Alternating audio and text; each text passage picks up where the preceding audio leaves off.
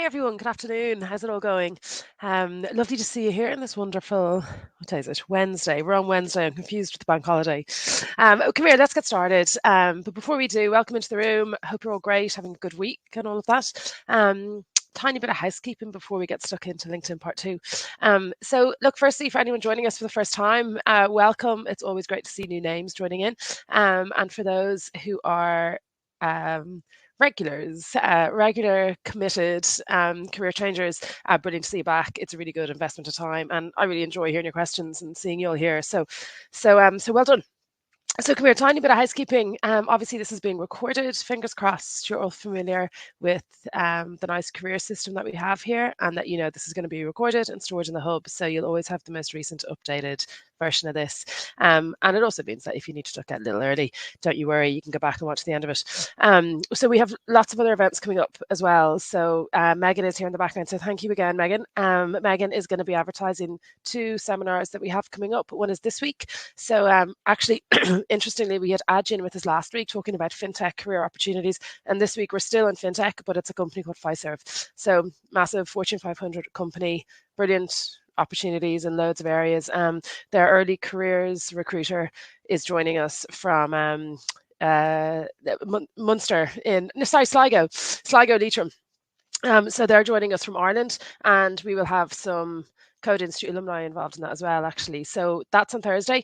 And then we have Hidden Jobs, which is a really nice link into this session, actually. So LinkedIn Part 2 and Hidden Jobs they complement one another really well. So that might be of particular interest to make sure to sign up for those. That's it. Okay, so come here, let's get started. So LinkedIn Part 2. I will also share my sorry. I will obviously start again. I will obviously share my LinkedIn account in the chat there as well for you all. So hopefully there's some new names here that I can add to my network, and you can add mine to yours, and we'll keep the big world spinning that way. So I'll stick that in now, and still feel free. I can see all you guys are doing that too. So it's absolutely brilliant, and as will become really obvious from some of the content I'm going to be going through today, the reason for that sharing and the use of it all is going to become really clear. Okay. All right, cool. So let's get started. So LinkedIn Part 2, Careers Masterclass. For those of you who are following these masterclasses in sequence, that's brilliant. If you're not, please don't panic. But you'll obviously always be able to go in and out of the hub and go back and forth. But we obviously do a LinkedIn Part 1. So just for anyone who's confused about why this is Part 2. So we won't, obviously we're not going to spend much of this session going over what we did in LinkedIn Part 1, but please do go back and look at it if you're joining us today for the first time. And the reason being is that, you know, LinkedIn is really simple to use in many ways. It's very intuitive, but it's really, really, really powerful. So in LinkedIn Part 1, we just make sure that you have your actual sort of profile. So think of it as your kind of homepage, that is correctly filled out, that you understand the basics of why it's correctly filled out.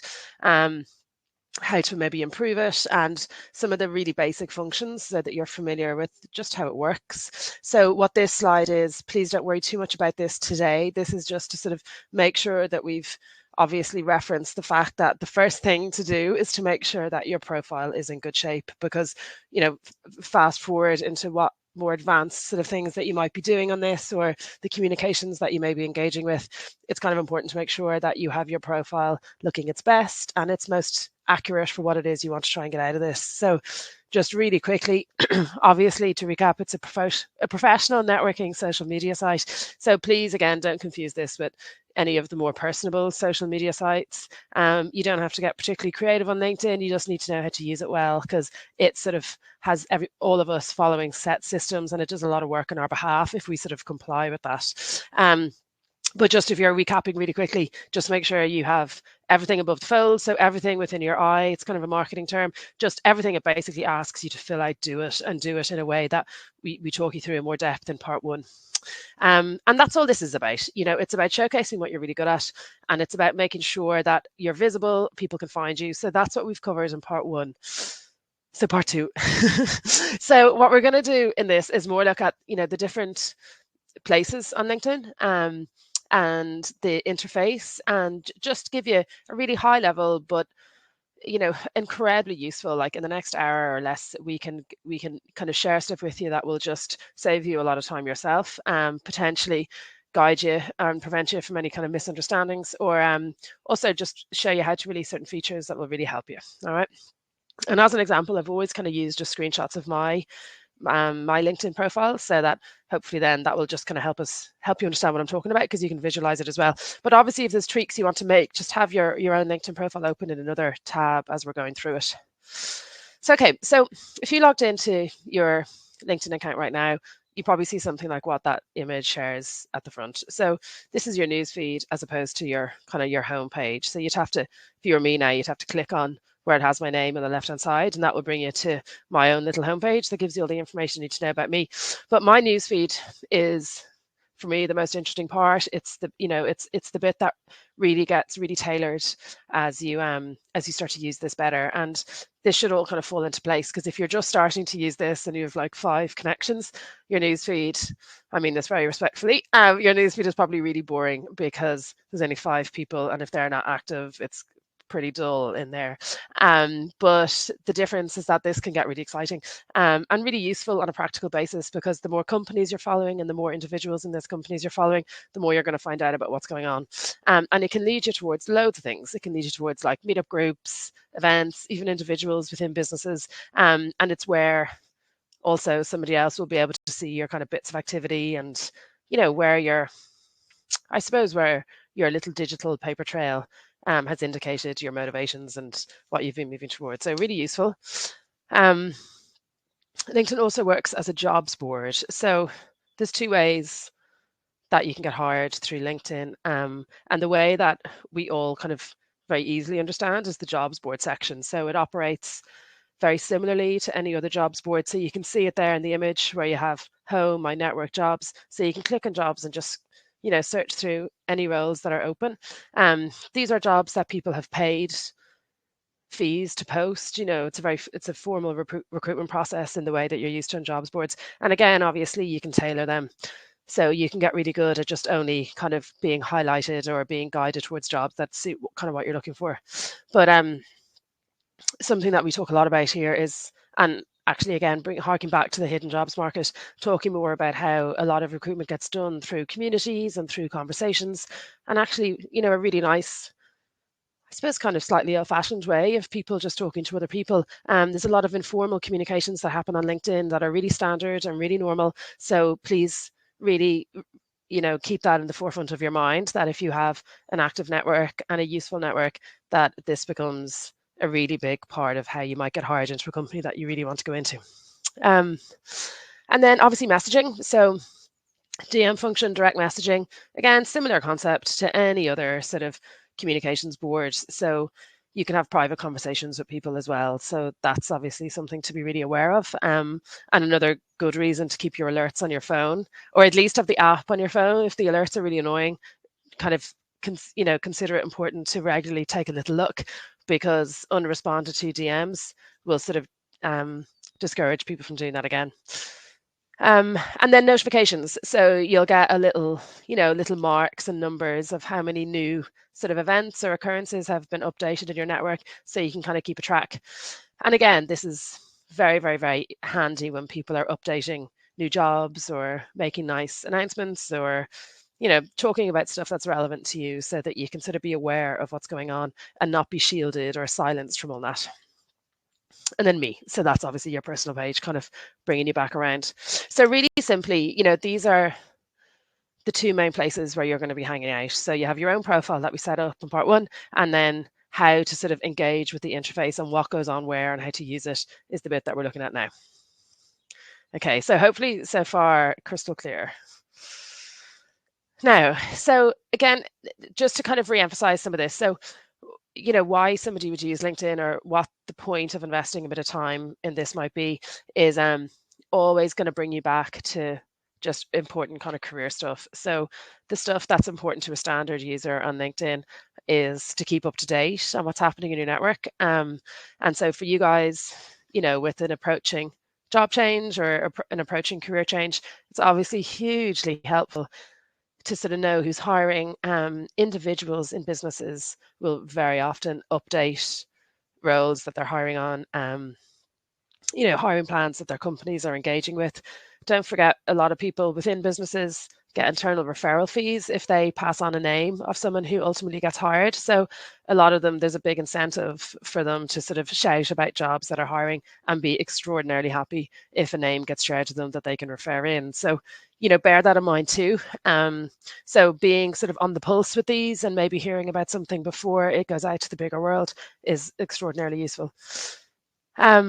So the function to share and post pictures, etc., is the one that I would just guide you to. And for really, really practical reasons, like sometimes people are a bit nervous about, what to write here and maybe apprehensive about how do you kind of get started on this? How do you just say hi? And I suppose the thing about that is, like, if you liken it to Slack, like Slack is an internal community. There's a lot of chat, there's a lot of rooms, there's a lot of chit chat around, and I would, if we differentiate the two as this being Slack being an internal community, kind of a closed community, but LinkedIn being very community based, but obviously much more open. The best way for you to start getting sort of visible to the network that you want to be visible to is by just supporting them. So if this is a really new kind of concept for you and you're kind of, a bit concerned about, getting it wrong, you're not gonna. And, don't, honestly, also time wise, unless this is something you really enjoy, I'm never going to suggest that you should spend ages trying to think up really amazing things to write on your LinkedIn network. But if you get your followers organized first and then your news feed starts populating itself, it all becomes very intuitive, and you'll start seeing nice little updates from people that are relevant to you, and you can start engaging with that. So the like and share, dead easy, takes a second on your phone. So the other thing that's going to be really important to you is hearing about events and connections. So again, LinkedIn is so intuitive. It will very quickly work out what it is you're kind of trying to achieve. And with that, then it will be able to make suggestions to you. So, again, this is massively time saving. If you're following certain companies and getting involved in supporting certain announcements that are being made, it'll cop on very, very quickly that these are the kind of things you're interested in. These are the people that may be of interest to you, and you can start allowing LinkedIn to do a lot of work for you. Okay, so then the last two. Sorry, excuse me, guys. I have a little bit of a cough again today. So there are alerts on advertised roles. Advertised roles are, just remember, those kind of formal ones in the job section. And they will link with your profile and your keywords. So we would have touched on that in LinkedIn part 1 as well. Another very good reason why, certain language in your profile is really helpful later on. So LinkedIn will start just making suggestions to you. And if you go in and have a look around the job, I think there's another slide in it in a second, but you can obviously tailor that and you can put in some saved searches as well. So it'll start bringing that to you straight away. And usually what happens then if you're making job applications is that the viewer will see your LinkedIn profile. So obviously, again, a very obvious reason why it should make sense. But you're usually asked at some stage to upload a CV as well. So you're going to need to have that ready. And then that's it. So, and the reason we've written here, keep messages cleansed, just keep on top of your messages. So if people are messaging you, recruiters and potential hiring people, just keep on top of it. To try and explain this really simply, you're not under obligation to answer anybody, but it obviously makes sense that even if something that is sent to you or a job opportunity that is sent to you, if it's not right now or the timing is off for you, just that person will be much more inclined to respond to you if you answer them. So if you open it, answer them, even just say, thanks, Emil, not right now, but let's keep in touch. They will keep in touch with you. But if you ignore them, they'll just think you don't probably use the platform, and that you're not here regularly, and they may not bother. So it'll always, for someone who has an expensive license that they've paid for, if they go to message you a second time, they're actually not allowed if it's been an in-mail. And an in-mail is something where a stranger who's paid a license has tried to contact you and you haven't accepted that point of contact. With people that you're linked in with, you can contact each other as much as you want. All right. So just remember that. Don't ignore it. Answer it. And then that means that the lines of communication are open. So when it is something that you're interested in, you'll be able to revisit it. Okay, so in terms of, if you find, sometimes people have said to me they log into LinkedIn and they're just a bit bamboozled because there's so many places and so many things. you don't need to worry too much about all of it. Like, for example, I just go in to look at my newsfeed. I want to know what's going on in my network. I'm curious about companies that are hiring. So I have some alerts set up. And then obviously being able to contact people is the most important thing. Okay. So we're just explaining to you how they all work so that you can kind of navigate around. But there's some really lovely features that are obviously really, really helpful. So this is how to sort of unlock them. And I suppose this is how to get used to it. Excuse me. So there's a search functionality. So we all know how search functionalities work. So you have options here. So that big turquoise arrow points you to where it says search. So the main things that you're probably going to be curious about here are looking through profiles to sort of look at other people's stuff, jobs, obviously, and companies. And this is like sometimes people really overlook this function. I'm not sure why, but it's something that is really useful to be able to go in and out of. And I've mentioned a couple of times that there are very expensive licenses that you can get, but I'm not suggesting ever that any of you need them. I don't think you do. There's a huge amount that you can do without them. Actually, pretty much everything that you're going to want to do, you can do without a paid license. But just be aware, and this is important. Okay, so in building up the numbers of people that you want to be connected with, on a free license, LinkedIn puts a limit on how much you can do every day or every week. So please don't try and leave this until the very end, because it just restricts your time a little bit. It's little and often with LinkedIn is the trick. And so that will keep you within your sort of search criteria or your search boundaries, but allow you to make progress and learn a lot about what's happening in companies and build your network so that you hit a certain number. And a lot of you will have heard me say before that certain number is 500 that we're looking for, and more on that in a second. But you can save searches. So again, LinkedIn will start working for you when you start doing stuff like this. So if you save up to 3 searches, you can get weekly alerts on those searches. So up at the top, it'll give you little updates, nice little number that there's been changes or things have happened or there's news on the searches that you're interested in. So it'll alert you. You don't have to keep looking all the time. And in terms of the types of searches, for me, just again, in case anyone's kind of confused by this, just searching for a junior developer or junior software developers in your location will give you good insights and will kind of bring you do the searching for you and bring companies and people to you that are being hired so that you can start building your local knowledge in that way and maybe start sort of identifying some companies that you really like the look of. All right. Okay, so no questions so far. And I think that this bit is, none of this stuff is complicated to understand, but it is really nice to be brought through and sort of understand why certain things are going to work well here, why certain things may not, and how you can sort of figure that out really, really quickly without, having to figure all of this out yourself. So yeah.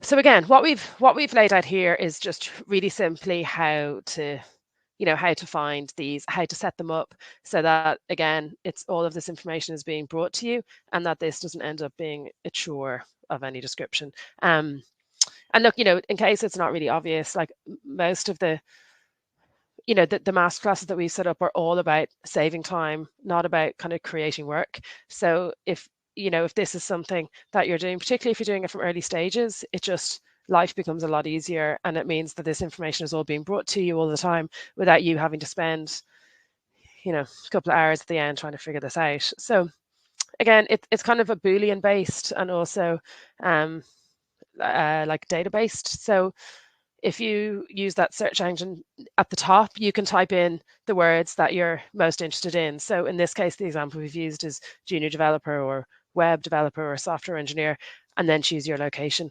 So here again, we've put junior software developer and Stockholm. And then below it becomes the options of what you want to look at. So in this case, we wanted to look for people.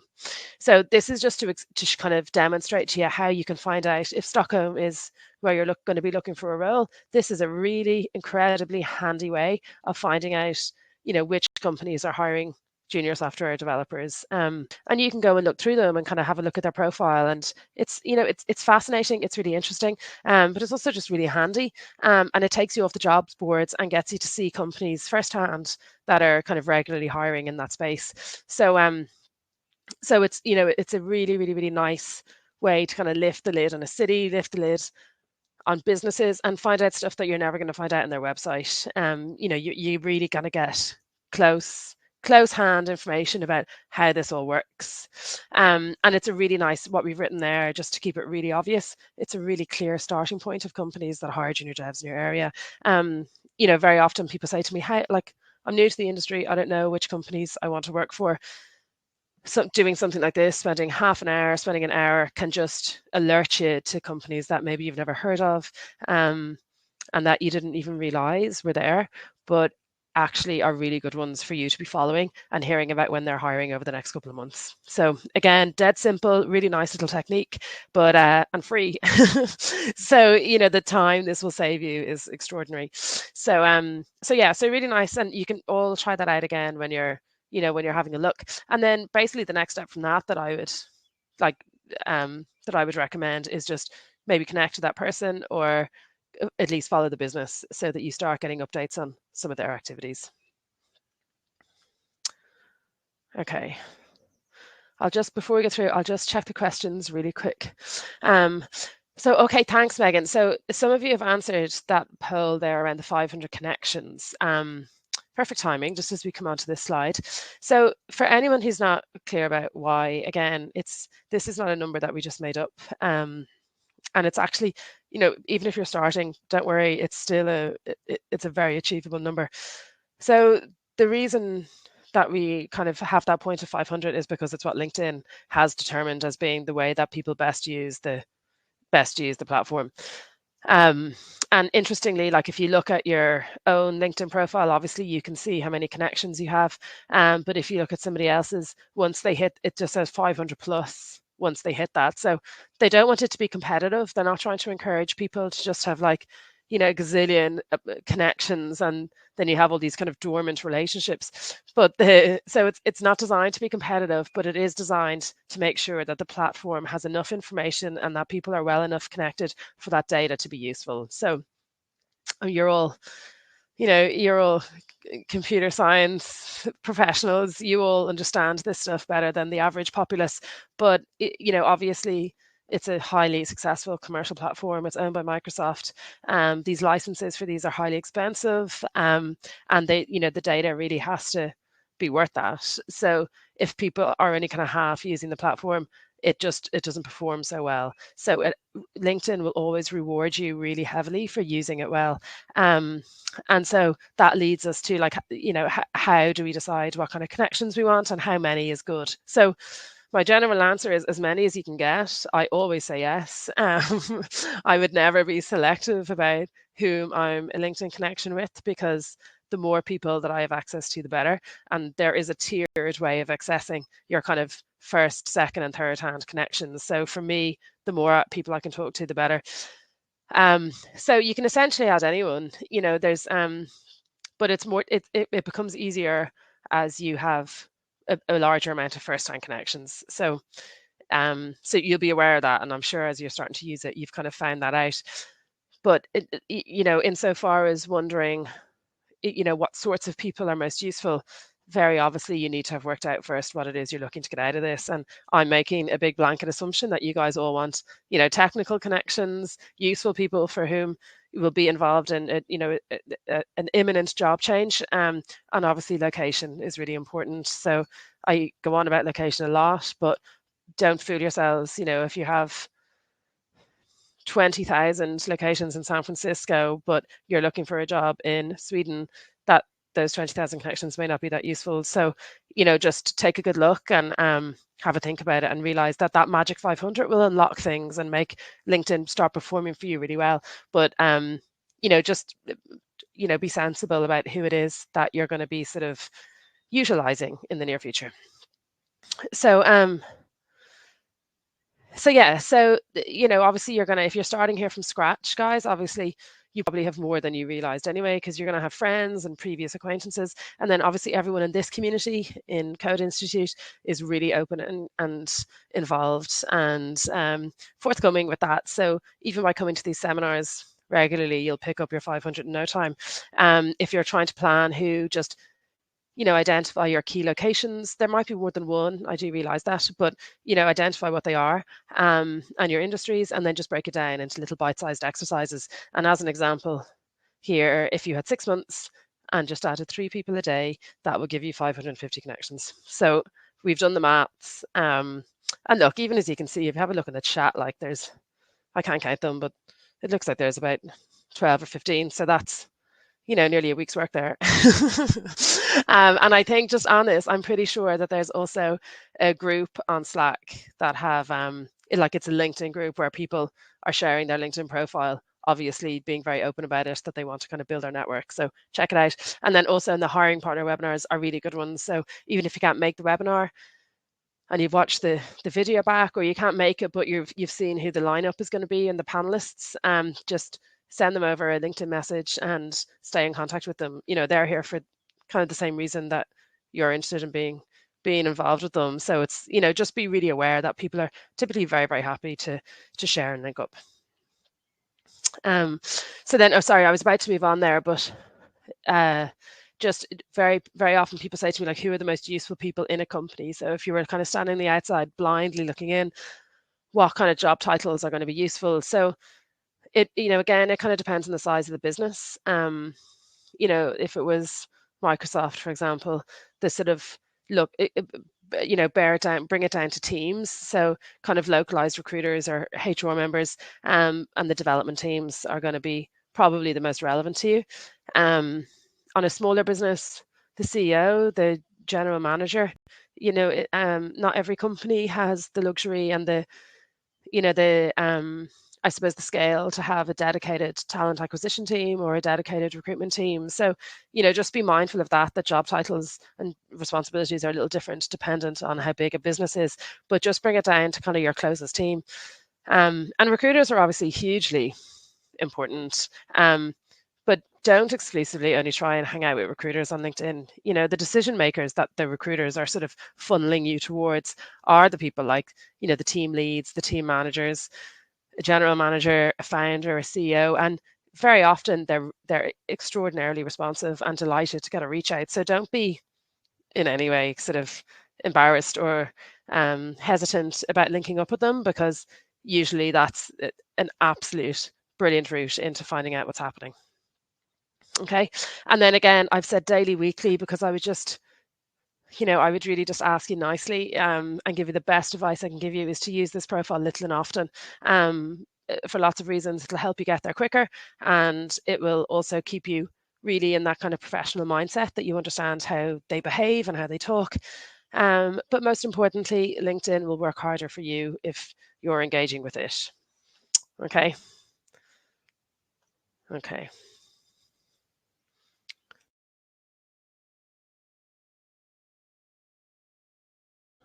Okay, sorry, my little cough. So just before we move on, it looks like okay, no, this is really helpful actually. I've just looked at that poll, so a bunch of you answered it then again. Thanks for running it, Megan. But it looks like 30% of you have made it, which is really good. Well done, everyone. That's brilliant. And then for those of you that are, they're still on the way, don't again, you're doing exactly the right thing by being here. But hopefully now you'll sort of understand why it is that's. Sorry, every time I talk about it, it changes. But you might understand why that is. It's not a vanity thing, it's not to do with just a senseless task. It's actually really influential in how easily you can get what you want from this. So for that 75% of you who are not quite there yet, just when you're building a network, there are just like really easy kind of behavioral things that I would say to you. So it's easier to list the don'ts. So don't go in and bombard an entire team all at once. So what I mean by is, if there's a team of 10 people who all work in one company that you're curious about, I'd probably just pick a few of them, and then maybe in a few weeks' time go back and pick a few more. Like, I wouldn't just bombard all of them at once. And you don't need to send really lengthy messages, really long explanations as to why you want to be there. And I'm going to give you an example of a nice little message in a minute. Usually how I do it is that I literally just click on the send request, and to be honest, I kind of rarely add in a note, even though LinkedIn asks us to. I rarely add in a note because most people don't really read those initial notes, and the majority of people that I get them from are salespeople who have a kind of an automated note that they put in for everyone. So they might be selling some sort of tech platform or recruitment services or something. And when you accept a kind of a friend request on LinkedIn, then that message kind of pops in automatically at the same time as you've accepted it. And very often I just don't bother reading them, to be honest, and then they disappear down my newsfeed. So I personally find that just sending a request and then a day or two later following it up with something nice is a more meaningful connection. But look, there's more than one ways of doing things. Different people have different responses, so that's just what I do. But if you do decide to send a message, don't make it really, really, really long. Just keep it short and sweet. Okay. Then I suppose obviously just like in real life, if a stranger came up and said hello and then started being asked to do really big favors by someone that they didn't know yet, it's just not a great start to a conversation. So just keep it really simple at the beginning. Don't go straight in with a request or a favor or kind of blunt language about jobs. Just build your network and do that first, and then later come back after you've shown a little bit of support and there's even a tiny bit of familiarity there. And then the last thing is, don't be discouraged or don't overthink it if they don't respond. Not everyone uses this platform as much as one another, and like very simply, they might not have seen it. There's lots of reasons. Might have just been busy, so don't be upset or sensitive about that happening. It's a big place. There's millions of people that you can get talking to. Okay. Okay, cool. So look, on that, what I've put here, which I hope will be helpful, because very often people say to me just really practically, like, what am I supposed to write? I feel really weird. But I've just written 2 examples. The one on the left is something that, like what we just said right now, that if I just wanted to build my network, I'm not going to ask them stuff right away. That's the kind of message I would use at the beginning. And then on the one on the right is when recruitment is sort of a priority and you're very active on the job place and you're ready to go, that I would focus on that. But obviously it's not always, but obviously if there's a little bit of a history of communication, you've liked a couple of notices they've put up and then you've come back when the time is right for you, the likelihood is that you'll get a really good response, or at least get a response. So just in case any of you can't see that, the one on the left is again short and sweet. It's just a quick compliment, quick hello, that you're training and you just want to keep in touch. So it's really simple for John to, get a nice message, have been noticed. People like that. It's a little bit complimentary, and it seems organized. So you haven't asked him for anything. And then in between that message and when it is that you want to go recruiting, I would just be conscious of what he's doing. Be aware of him in your newsfeed, and if he's put some news out there, support him. And it will really pay off when you come back later. But it's like minimal effort. And then, so the second one then is just about this is the sentence I always use if I was advising people about how to approach somebody they don't know very well, they certainly don't know personally, and they just want to sort of get an in about roles that are hiring. I always use that line: I am actively interviewing right now for junior dev roles. You may use a different job title, that's entirely up to you, but that sentence of I'm actively interviewing right now, just, you sound busy, you're on the marketplace. It's less what's the word? It's less pressured, I suppose, but it's very distinct that this is what you're looking for, and could John point you in the right direction? So look, again, obviously feel free to reword these. These are just examples, but you can see the difference in tone between the two, and in neither of them is John going to think, oh, this is going to be really complicated for me and Jane's asking a lot. I'm not. I'm just letting him know and I'm sharing information with him. And by the way, John will be only too happy to hear from people looking to interview for junior dev roles. So don't overthink it too much, okay?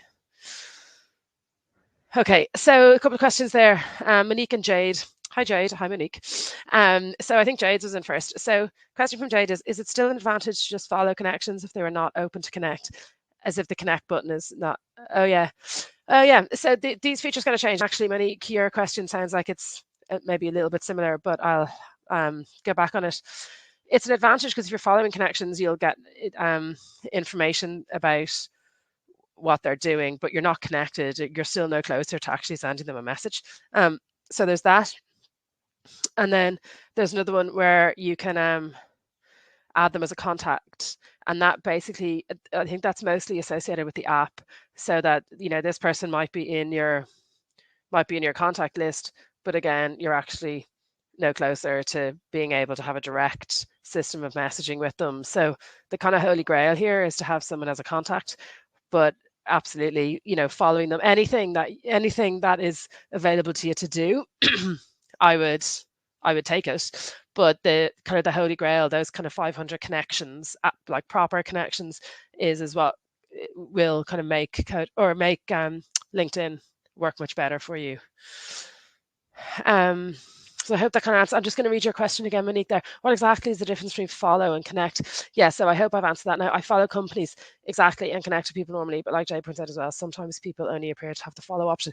Yeah, so sometimes people maybe, again, I mentioned there's a whole suite of licenses that people can use on this. So there could be various reasons why they're not open to connecting to. And then also, if somebody is so far out of your network, like the 3 degrees out of your network, you need to have somebody in common before you can send them a direct message, particularly if you're working on a free account. Obviously, things change a bit once you have a LinkedIn license. But look, take the follow option if it's all that's available, because you'll get kind of half of what you're looking for. You'll know what they're up to, and that will bring information to you, but it won't enable you to message them.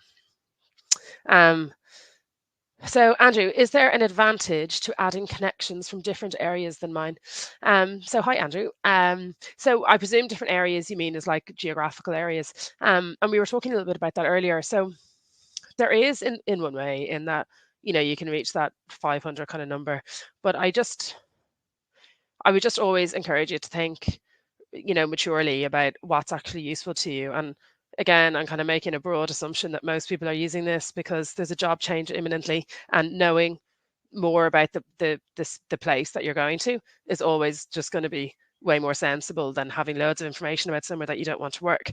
So I certainly wouldn't remove anyone ever. So if you have people, not that there's anything really wrong with that, but I just wouldn't, I would always, your community and your network is so valuable that I would just keep everybody there. But in terms of kind of making a plan and knowing who the most helpful people for you right now are, I would think carefully about the location piece. And if for no more, it's actually really useful as well if you are changing locations, because a lot of your behavior online might be looked at during an interview process. And if you've demonstrated a sort of a connection or a commitment or a consistent plan to be living somewhere, then that's going to make a potential relocation much easier for you to sort of explain or back up or whatever. So there is an advantage in it, but there isn't necessarily a disadvantage to having more connections there as well. And the same thing, just in case, we were talking about, sorry, I'll go back to the sec. Just in case you were talking about different areas in terms of professional areas, again, I wouldn't remove people, but just bear in mind this sort of information that they'll be sharing and whether or not it's useful to you. So, have a good, long, hard look at your LinkedIn connections. And if they're not going to be hugely helpful in the future, then don't take them away, but build on them again. Okay. Okay, good questions, guys. Okay, so following on LinkedIn etiquette, so this slide actually relates back, just a little explainer. This slide relates back to the difference between a closed community that I mentioned earlier and an open community. So again, if we say Slack here, the channels that we have on Slack here in Code Institute, that's a closed community. Everybody here has something very obvious in common. You can't be in it unless you've been invited into it. And it's a place where it's very community based, but it's also, part of, I suppose a service is the best word. So we can give you kind of formal answers and fully understand what it is that you're trying to do and have really specific experience in what might be the problem. So, in terms of asking questions and a community sharing you, in a closed community, there's much more practical help than you can get from it. So I suppose what I'm saying in a really roundabout way is just be aware that LinkedIn is an open community. Everyone can see it. So if you're having a tough day, or there's something that's really annoying you about your career change, I would probably hold off on putting anything kind of negative on it And if you need to bring that somewhere, bring it to a closed community where people are more in tune with what it is you're going through, and then bring your results to your open community. So I hope that um, hopefully, I think that kind of makes sense, So basically, what we would say is just behave in an open community as if you're at a live networking event. Um, so you kind of keep on track. It's nice to introduce yourself to people. Remember that on LinkedIn, you are leaving a digital impression of yourself online. I'm pretty sure you can go back and delete stuff later, but you might even forget they're there, but somebody else might be aware. So if there's I suppose if there's stuff that's not always kind of relevant, that seems a bit aggressive or seems kind of off point or off the impression that you're trying to make, just moderate it a tiny bit, and be mindful of what your kind of end goal is. And again, little and often is my motto. There's brilliant tools there where you can write blogs, you can share your experiences in whatever area it is that you're kind of, really good at and really informed about. And for all of you, career changing, learning how to code at a really accelerated kind of way, all of this is stuff that's really interesting to others. But I would definitely bring the sort of the highlights once you've reached them and maybe sort of map your journey out rather than go when you're feeling kind of frustrated, because it might not be the best place to get answers, but it is the best place to leave a really good digital public kind of paper trail of yourself. So look, just keep it positive. Even one like or share a day or a couple of times a week is going to get you places. Get involved in it, and again, the relevancy. So there are loads of examples that I'm sure loads of you see. Um, just in case you're again kind of thinking, what can I share? Like I see brilliant stuff where people are sharing about reaching projects and how it made them feel. That progress train is brilliant for somebody to see when you go interviewing. Other things like hackathons are really good examples of a point where you might just like and share some swag, or you might just tag all the people that were in your team, or talk about it in some way, shape or form, so that when someone does come on, all of your hard work and all of your commitment and all of your effort is there in this beautiful news feed for them to sort of go, wow. And it gives color and it gives media and it gives just gives a really, really, really nice impression. So use LinkedIn for the best you. And then if there are if there's areas along that journey where you're looking for extra help, you're all very familiar with how helpful the Slack community is, both in a kind of formal responses, but also kind of community-based responses. So if there's points where you have like questions or challenges, just please remember that those support structures are there in place for you. So come back to us around student care, community, careers, tutors and mentors. And I've seen, these are just examples. There's a couple of things that I've seen. I've seen people writing blogs. I've seen people kind of retrospectively sharing their journey with tips and nice things. So, there's loads of kind of support and tech community things that can go on there. So just be aware of them, and use them as appropriate to the stage that you're at. Oh my goodness, what time is it? Oh, it's 1:45. Wow, holy moly. Okay, so that was really quick. So just to let you know, sorry, I'm just going to close the window. It's a nice problem, but there's a big bird singing and it's really loud. So just what I might put it back on the holding slide with the those two notes, because people often ask me about those. And then Megan, thank you. So I don't know how many of you have answered this poll, but 66% of you say that you would feel comfortable messaging somebody on LinkedIn. So I'm really delighted with that. These polls are brilliant because they're really helpful in kind of seeing the progress that we have, and also just maybe the bits and pieces of kind of using these platforms that people are nervous about. But I'm really glad to see that. And for those of you who aren't, again, maybe it always takes time to get used to doing these, but I can't, I don't know how to emphasize enough that it's a really major feature of LinkedIn. The whole point of it, that people are able to message each other, and that you don't just get to hear what companies are doing, even though that's obviously a really useful part of it, but that you have a kind of a window of opportunity to talk to individuals within a company. And this is the real trick to this. And this is something that is really valuable. And a lot of you may have noticed, if you've been regularly attending the hiring partner sessions, that very often the guests on those are so open with sharing their details. They're so open with saying, look, I love when people just direct message me, after this session. Just message me if you have any questions about the interview process. Here's my email address. So you don't need to think that this is kind of a secret place where you all have to be like best friends before you're able to talk. It's not at all. And also a trick that, well, not it's not a trick, but I suppose a lesson that I really learned in all my years in recruitment is that sometimes when you're feeling a bit nervous or you feel like something that's really important to you is a big ask, it doesn't necessarily mean it's a big ask from the other person.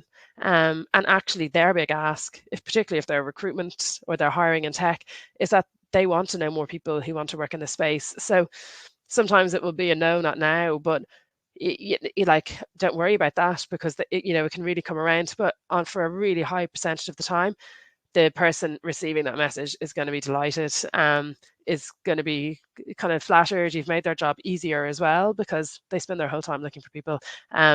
So timing obviously is more likely to match if you give yourself more time in this platform to message more people, to be active, to be visible, rather than thinking that you can kind of jump in and do this in 3 weeks. It's not really how these kind of places operate. So look, it's a great platform, and you'll probably get a bit addicted to it. Actually, I've seen a lot of people who had never been on it before were very apprehensive, and then suddenly, once they started using it, were like, "Oh God, why didn't I do this earlier?"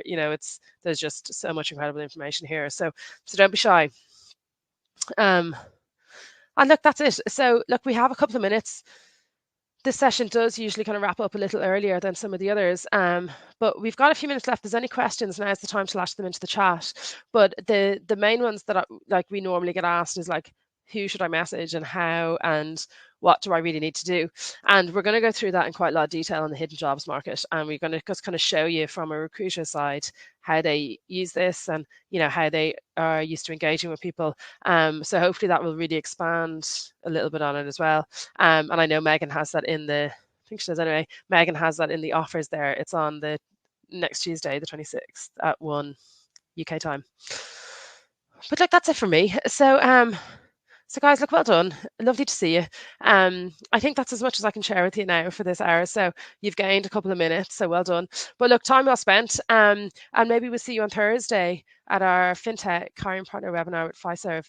And they'll be talking about loads of different careers and focusing in on particular hiring patterns in their early stage career hiring on the island of Ireland. So I think it's Dublin and Limerick that they focus in on. And Sinead, all right, listen, guys, go and enjoy your Wednesday afternoon. Thank you so much for joining. Best of luck with your LinkedIn activity, and I hope I have some new connections when I go in. Oh, wait, hang on, sorry. Quick one. Sorry. So sorry, some of you may be gone now, but Andrew has a question there. When looking for companies to follow, should I look for anything specific from them in their profile? Yeah, so I think this is something that, firstly, I would say to people, like, have a really quick think about the kind of things that are of interest to you. So enhanced location, it just keeps going back to it. I know a lot of people will be working remotely, but location is still a really important criteria. Apart from the answer, you'll also find out about a lot of companies in your space that maybe you didn't realize were there. So location first. Obviously, make sure, I would always kind of look at just their tech stack is very useful. Mightn't always be visible, but you'd be surprised, it normally is quite visible. And then just looking at kind of what the kind of structure of their team is, and if you like the general sound of them. There's going to be certain industries that probably appeal to you more than others. And then the other big criteria, which I think is quite worth spending time on, is whether the size of business is kind of your preference. And if it is, and if you've no preference, then I wouldn't worry too much about that. But I would kind of just look at their reputation, look at their openness, look at the info that you have, and just break it down to a few criteria. And then after that, just find out what you can. Talking to somebody in there is the best way to get a bit of an inside bit of information about what it is they're doing and what kind of projects they might be working on. And that's hugely useful. Very often conversations on LinkedIn will be nice and informal, but it will actually bring you to like a final round interview a lot quicker than going through the more formal motions. So I hope that kind of helps you, Andrew, there. And a question from Owen: is it okay to have a few passive income projects on the side if you apply for a job, or do they mind if you have a few side hustles? So I presume you mean kind of nixers, where you're doing a little bit of kind of freelancey stuff, casual stuff, and getting paid. I think it's all great. I would definitely just get some advice how you lay them out in your CV, just to make sure that they don't clutter the main message. If they're on track to what it is you're interviewing for, even better. So yeah, oh, and I would definitely like use your one-to-one with us as well, just to make sure that it all looks great on the CV and so that you can explain it. But honestly, any additional info that you have, that that helps you sort of articulate your interest. It's all brilliant. It's all positive stuff. And look, we talk a lot about CVs, and everybody has a different starting point from CVs. Like some of you may have technical experience already, some of you will not. So sometimes we sort of the area of focus will change depending on what your kind of best bits to show are. But yeah, and look, nearly everyone I speak to, it's lovely just to hear somebody who's interested in thinking and utilizing what's available rather than feeling like you have to have it perfect, because you don't. Like there's no such thing as perfection. And individuals, these big massive companies that you see with amazing marketing and big logos and PR teams, it boils down to people in teams who are trying to get stuff done. And you managers really need engaged, committed kind of individuals, because otherwise it's very difficult to achieve what you need to. So stuff like that is really valuable. Um, okay, cool. So listen, everyone, a false alarm there. You nearly got off early, but I think that's the end of it now. So look, thank you all. Petra, Kevin, Andrew, your first one. And I wonder, was that the same Andrew asking the question? So good on you. Bastian, lovely to see you again. Valerie, Jochen, Robier, Nigel. That's as far as I can see down. Enjoy your Wednesday afternoon. Best of luck with everything. See you on LinkedIn and see you here tomorrow, perhaps. All right. Bye.